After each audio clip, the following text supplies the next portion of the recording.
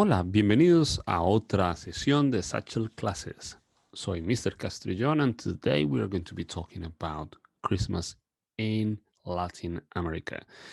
We have decided to make two very special editions of Christmas, and we are going to have also another special on Christmas in Spain. So please keep checking the website for that special edition.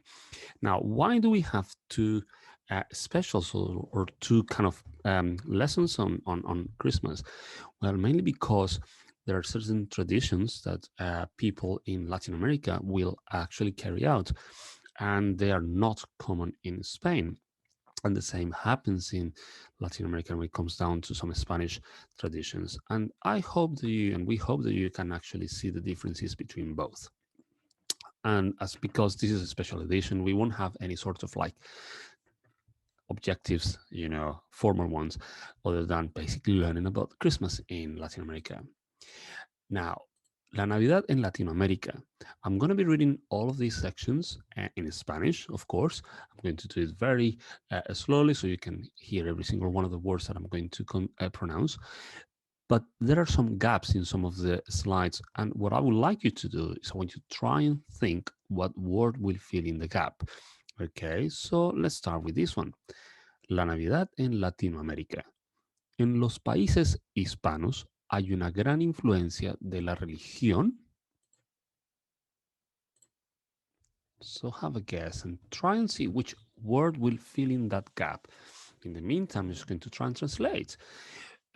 In Latin American Spanish, Latin American countries, there is a great influence of a very specific religion. Can you guess which one? We have Hindu, Musulmana, Budista, Católica. Correct. Católica. That is the one. Now, something really important, and I'm going to be kind of giving you some more information other than the slides. And it's that, of course, we are very strongly Catholic in Latin America as well as in Spain. And of course, most of the things that we do follow certain Catholic rules that you're going to see throughout today's lesson. Tradiciones. La rosca de reyes, the King's Ring. O la persona que encuentra al niño Dios ofrece. And then we have four options: un libro, una fiesta, un árbol de Navidad, una oración. What is this about? Well, in certain countries in Latin America, they have this very specific tradition, which is you will have some sort of bread kind of pastry, and people will cook this pastry. And in one of those, they're gonna put a tiny little kind of a doll of baby Jesus. And the person who finds baby Jesus will have to offer something to the rest of the people who are actually invited or who are around this person. So, un libro, una fiesta, un árbol de Navidad, una oración. Well, the answer is una fiesta. The person who actually finds baby Jesus then will have to invite all the other people to a party at their house. Las velitas. El 7 de es el día de las velitas. Es cuando comienza la celebración de la Navidad. So on the 7th of something, that's when people do what they call velitas, which is literally small candles. And this is when it actually starts the whole celebration of Christmas. Now, the question is, what are we going to use to fill in that gap? Noviembre, cada mes, diciembre, la mañana. Well, the answer is diciembre. El 7 de diciembre es el Día de las Velitas. And this is a very beautiful tradition that started in Colombia. And it's people putting candles out in the streets, completely safe, by the way. And all the streets in Colombia will look, and in many other countries in Latin America, will have this beautiful display of candles on the streets. It looks very beautiful. La Nochebuena. El 24 de diciembre se La Nochebuena. En la tradición cubana y puertorriqueña, con una cena con lechón. And the options are llamáis, llaman, llama, llamo. That's for the first part. So el 24 de diciembre se llama la Nochebuena.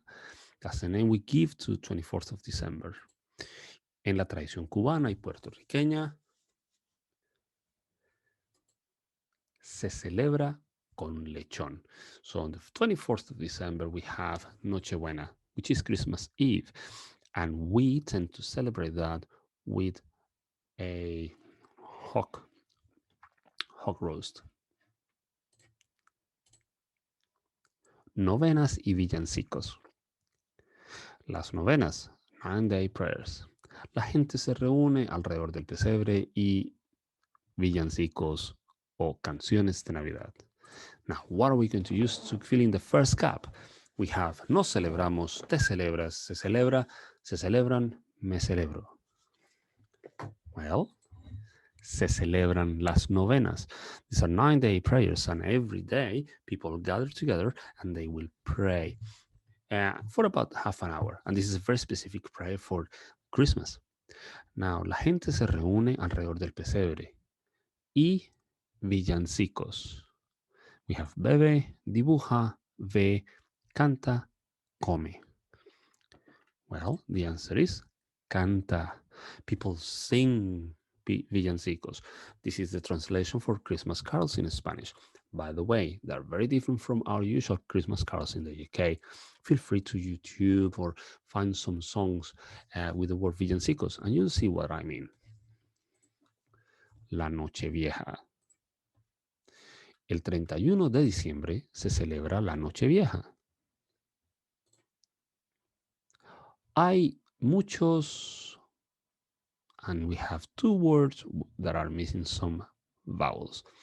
Y la gente cree en, oh, we have some more vowels missing here. Por ejemplo, la gente come more vowels missing here. Uvas para tener buena suerte en el año nuevo.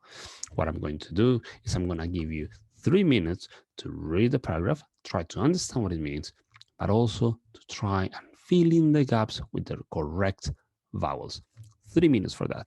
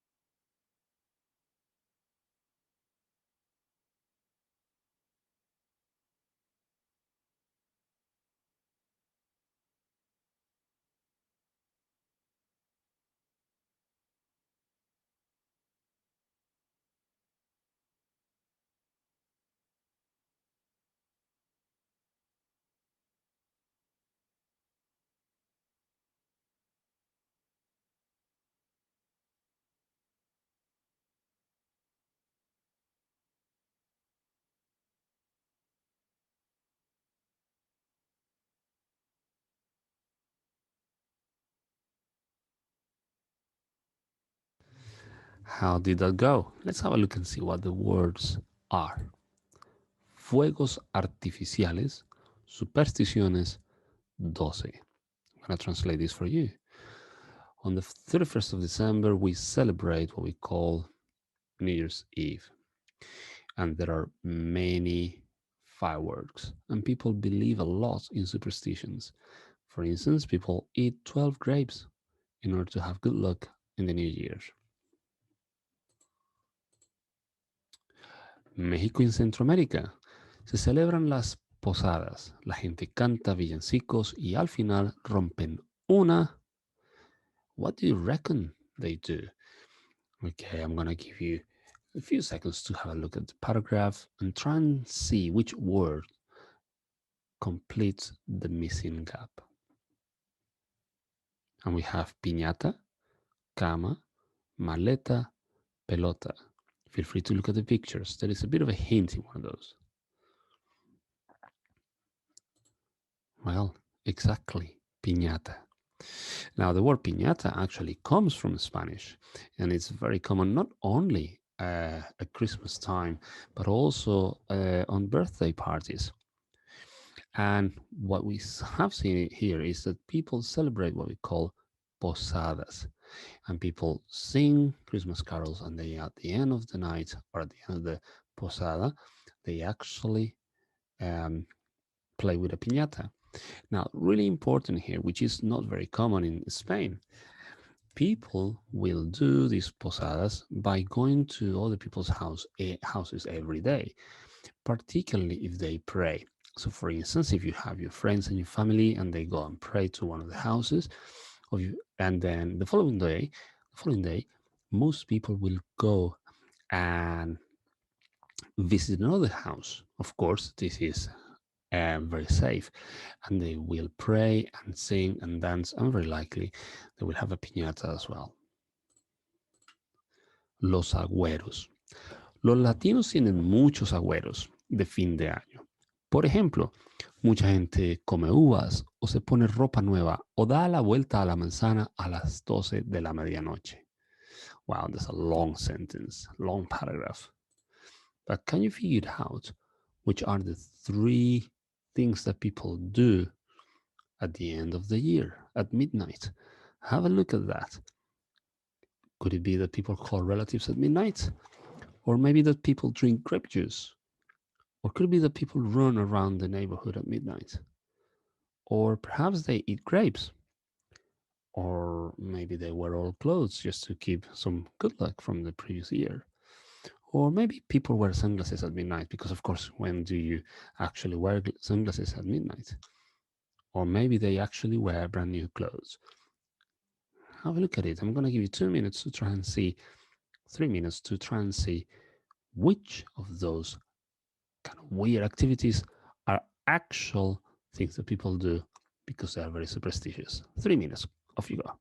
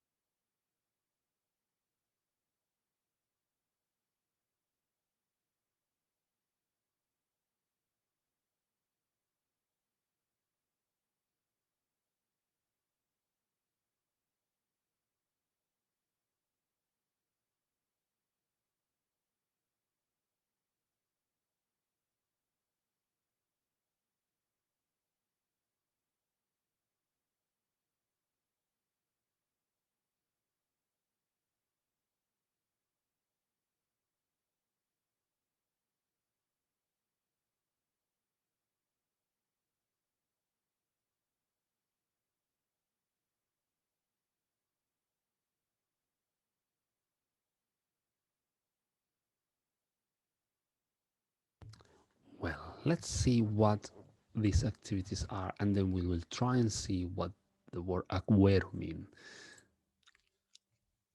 Well, Latinos, they have lots of superstitious things that they do at the end of the year. For instance, they eat grapes. Some of them actually wear brand new clothes to bring good luck to their lives. And also, people run around the neighborhood at midnight. Believe it or not, many people actually go around with suitcases right at the right at the time when the clock goes, when the bells go, announcing that it's midnight. So people will go around in around neighborhoods and in the middle of the streets. It's very dark. Some places it'll be very cold, but people will definitely um, try to kind of attract good look with these activities. The picture actually shows some other ones that are like, for instance, you would put money in your pockets or rice, because rice means abundance. Some people, believe it or not, will go and buy yellow underwear because they think that yellow is a very good color to wear for the new year. So, believe it or not, we have lots of superstitious things. Papá Noel. Santa, la influencia de la cultura estadounidense. Now the question is, which word will complete our missing gap? Could it be demuestran, demuestro, demuestra, demuestramos, demuestras? Well, the answer is demuestra. Santa shows the influence of the American culture in Latin America. We don't, or in Latin America, people don't actually, uh, or didn't in the past, celebrate Christmas as much as we do now.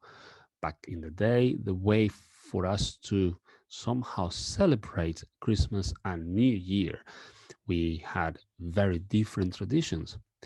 But little by little, we have actually adapted our traditions to the new or modern times, like Santa, for instance.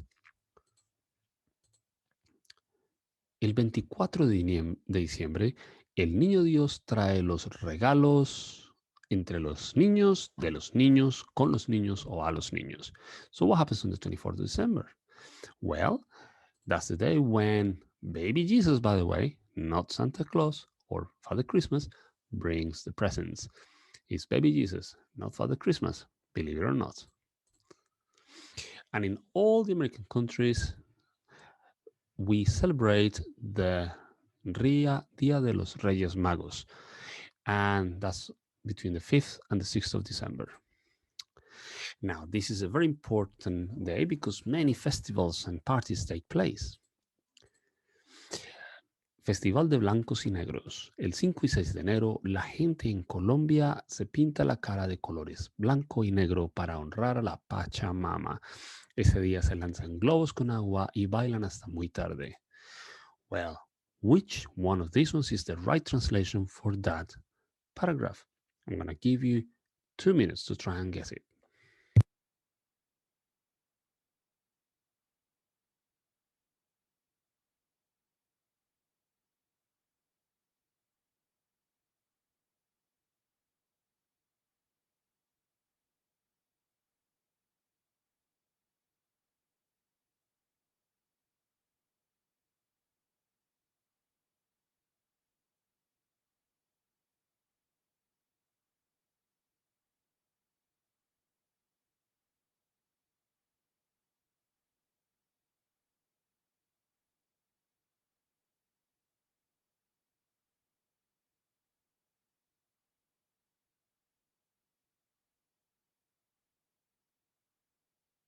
Well, the answer is on January 5th and 6th, people in Colombia paint their faces in black and white to honor Pachamama. That day, people throw water balloons and dance until late night. Pachamama in Spanish means Mother Earth, and actually, it's not Spanish, it's more of a native word in Latin America. Well, I would like to wish you Feliz Navidad y un próspero Año Nuevo. I hope this program has been, or this lesson today has been of great knowledge to you guys. And we really want to wish you a very Merry Christmas and a Happy New Year. It's been a long year for many of us, and we hope the next year is going to be a lot better than 2020. By the way, before I go, Remember that when we do in Spanish, when we actually say Próspero Año Nuevo, Próspero means prosperous or a very successful or full of prosperity and good things. So, well, feliz Navidad y un próspero año nuevo. Hasta muy pronto.